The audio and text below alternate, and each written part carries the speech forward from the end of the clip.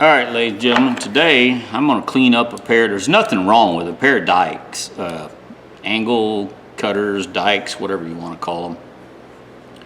Don't know the brand, if there is a brand, but there's an H1 marked on it, H1. And normally when it's stamped like this, around here, a 3 or 4 digit number usually means an oil well site, a rig site. Gas well, oil well, doesn't matter. A lot of them go 4 digit numbers. And but I do know I worked at a facility once that had a tool bin, and tools were marked and stamped. So they assign you, like if you went up and got a pair of pliers, you needed a pair of dikes like these, they hand it and they assign it to you. And that's probably what the H1 stands for. So, and I know where I got these. I bought these from an estate sale, online estate sale. The man that passed away, I did later find out he was 92, and he retired when he was 62. And I bought a whole drawer full of things. I got like 51 cents in this. So it looks like they're in good shape. They open and close. They just need to be cleaned. I'm going to put some red handles on these. I got some heat shrink tubing, and I'm not a big fan of these without handles on them. So I'm gonna go ahead and put handles, clean them up real good, see what they look like. Matter of fact, I'll start right now.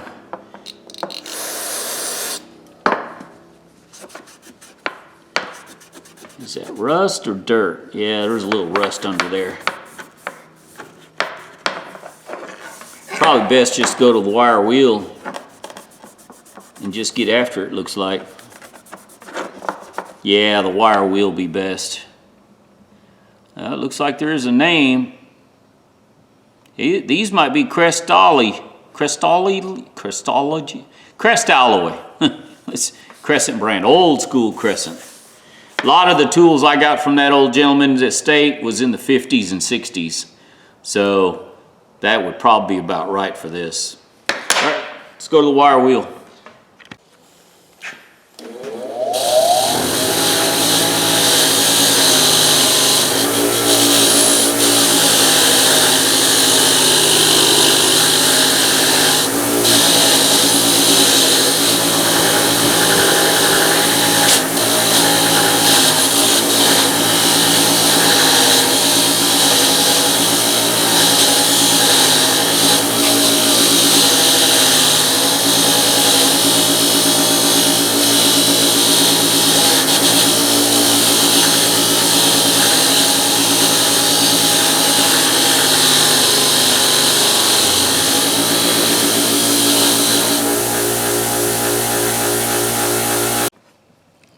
All right, these are Crescent, old school Crescent, USA Crescent, and I can never say that properly. Crest Alloy. Anyways, I am gonna blue these. I think these were black at one time.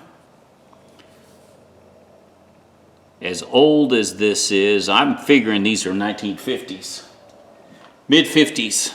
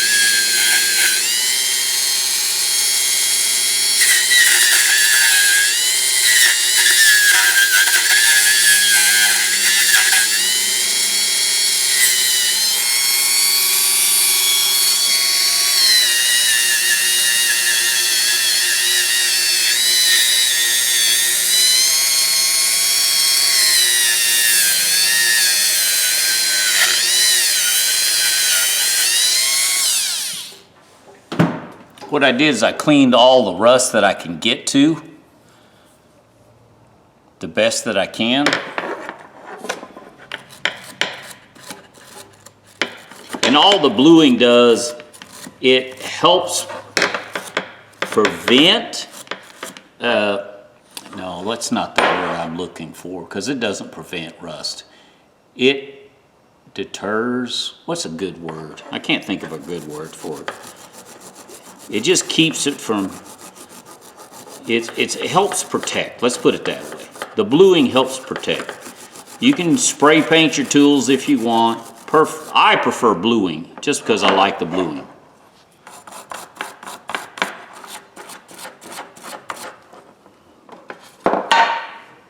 Those, the cutter side looks good, look at that.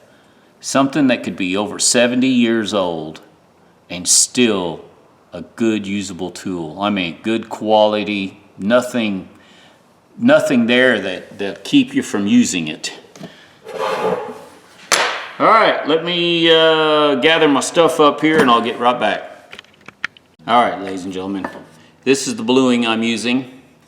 They've changed the bottle. I got a different, ordered 2 more bottles, and they came in a different color container, different style of container. Anyways, I like this Brownell. Now what I'm gonna do is I already cleaned the brush out. I use an artist brush. I cleaned the brush out with some carb cleaner. Now I'm gonna wipe this down to get all the yucky off of it. There, see the black coming off a little bit? I want all that off that I can. I want it as clean as possible. You can use denatured alcohol. I use carburetor cleaner because that's what I use.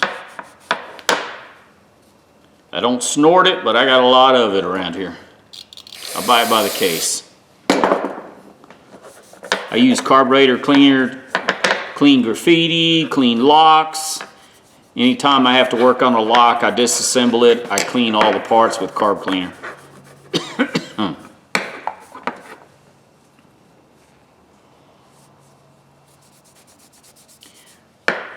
See, it's getting, there's really no trash on this. It's pretty clean. It's best not to handle it. Of course, probably don't have any oils on my fingertips because I've already carburetor cleaned them quite a bit today. Let's see how it takes color. See this? Look at that. Look how it turns black. That's what you want right there.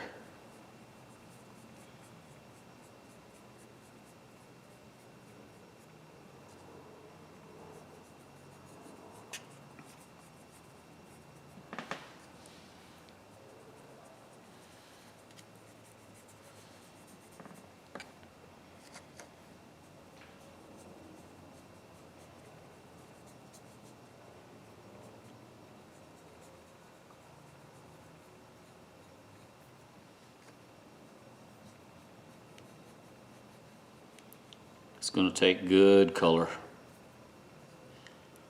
It just, the bluing just helps resist from rusting, helps it. More than likely there was some type of blackened, I don't know if they heated these up and then stuck them in a vat of oil. I know they did that back in the day. I've heard old timers talking about that.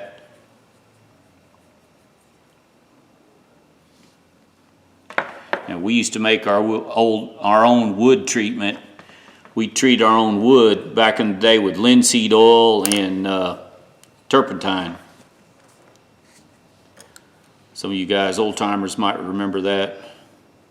Anyways, we made our own wood treatment.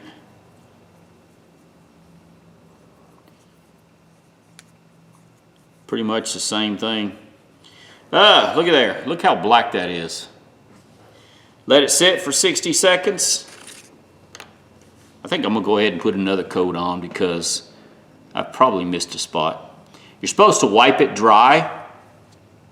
And I'm not worried about what gets down here on the handles because I'm going to put red handles on them.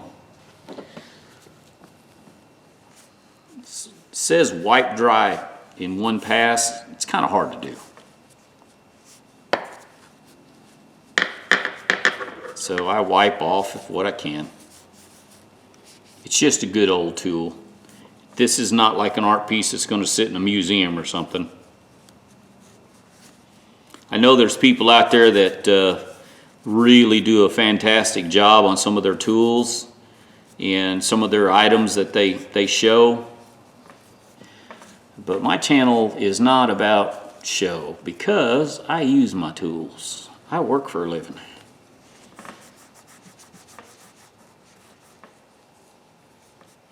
Speaking of, I gotta go to work tomorrow. It's gonna be almost 80 degrees tomorrow and I'm gonna have to work. That's gonna suck.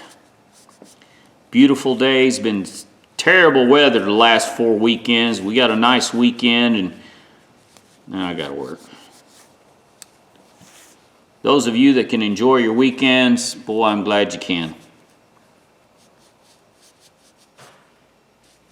Some of us still have to work for a living.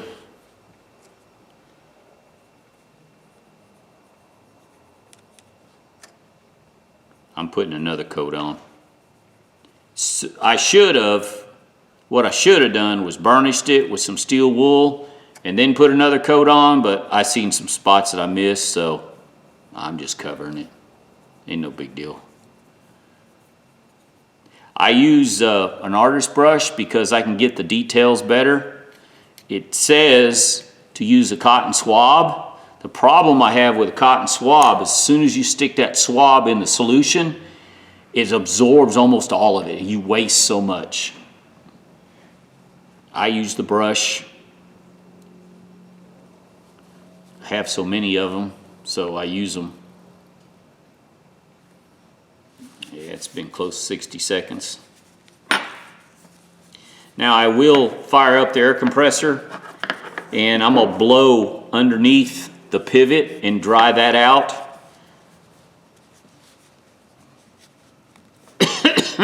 Excuse me.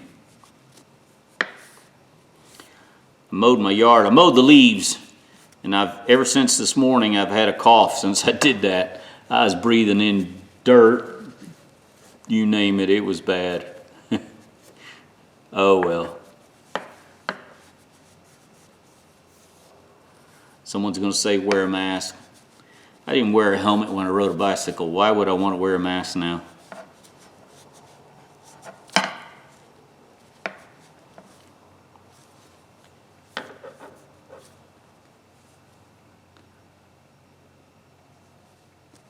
All right, looks pretty good. Let's well, show you real quick steel wool. Let's show you the discoloration. See how uneven? Some of you have seen this, but there's a lot of new viewers. See how uneven the color is, how yucky it looks?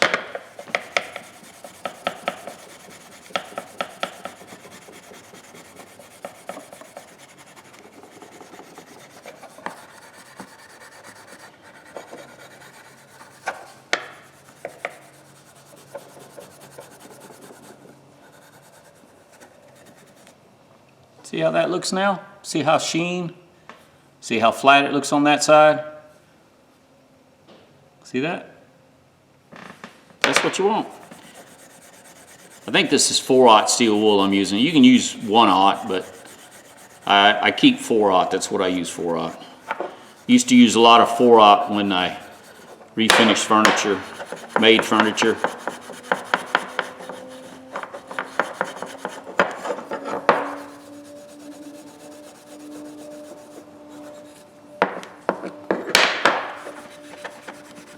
But when I say I made furniture, I made desks, cabinets. There's not a whole lot I haven't done. Now what I'll use down in here is a little brass brush.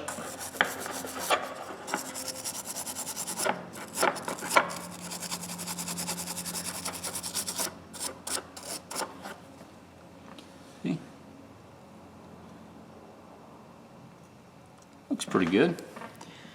All right, I gotta go get some tea. I'm thirsty. So let me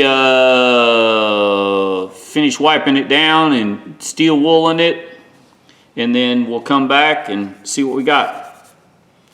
Probably go. I'll get some. I need some red. Yeah, I always put red handles on these. All right, I'll be right back. All right, ladies and gentlemen, I've got red heat shrink tubing on these. And this stuff's got a gel coat on the inside. I say gel coat. I think somebody corrected me a while back and said it was glue. I don't care what it is. It looks like gel coat, looks like silicone, whatever it is. It sticks the handles on there really well, and it's extra thick, so that's what I'm calling it.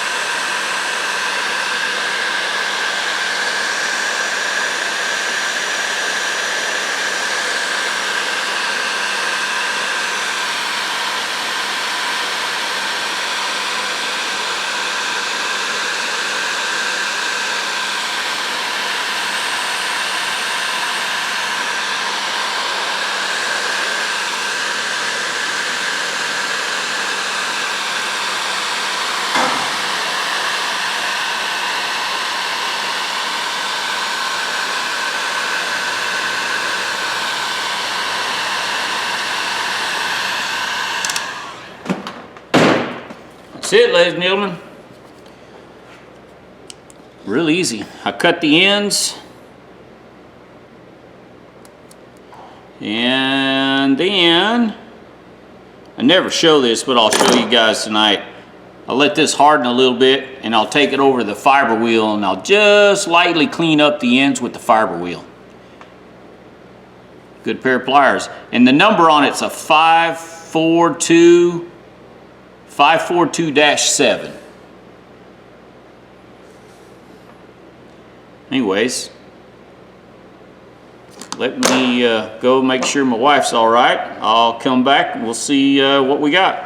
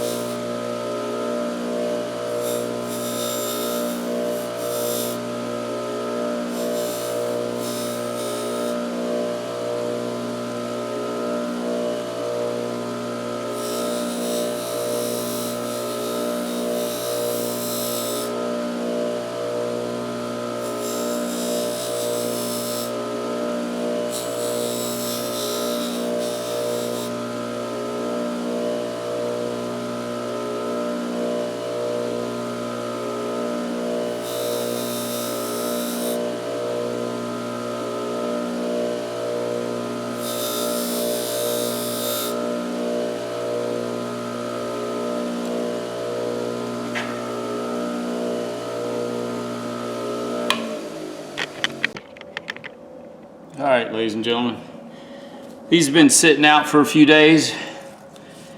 They've still got a coating of oil on them. Clean that off now. I decided I'm gonna take these to work. I was gonna put them in my spare toolbox, but oh well. I can find another. I got some others over there I need to clean up. These turned out nice. For older pair that they are. There you go, ladies and gentlemen. Check that out. Well, I got oil on the handles now, but that's all right. Crescent alloy. Stamp H1. I got 50 cents in these or less. And I use that heat shrink tubing. Looks really nice. Let these sit outside for a couple days. I just realized I think there's an M stamped right there too. Anyways, I think it'll work better if it was summertime and I could get some heat on these, but I only had one day of 80 degrees and then today it's 40 or 38 degrees now, so temperature dropped pretty quick the last 15, 16 hours. Anyways, cheap tool, brought it back. I know some of you guys might not like the red handle, but it's heat shrink tubing. It's very durable. It's hard. It's got a glue sealant in it. I don't know what it is. I call it silicone. Somebody told me it was sealant. Somebody said it was glue. I don't care. It works. It's better than the dip it stuff. That dip it stuff's just terrible. I don't like it. This, I wish Crescent or Channel Lock brand. Channel Lock brand has that blue coating on their tools. That stuff is durable. I think it's as durable as this, actually. But I'd like the blue color. I wish they'd make that stuff and sell it. But anyways, give me thumbs up, thumbs down. Tell me what you think. Brought an old cheap junk tool, probably mid-50s. I don't know what they sell these. I think it's been a couple days, probably $20, $23, something like that. So it's well worth repairing or fixing up and making it usable. All right, guys. I need to finish another video, so y'all have a good night.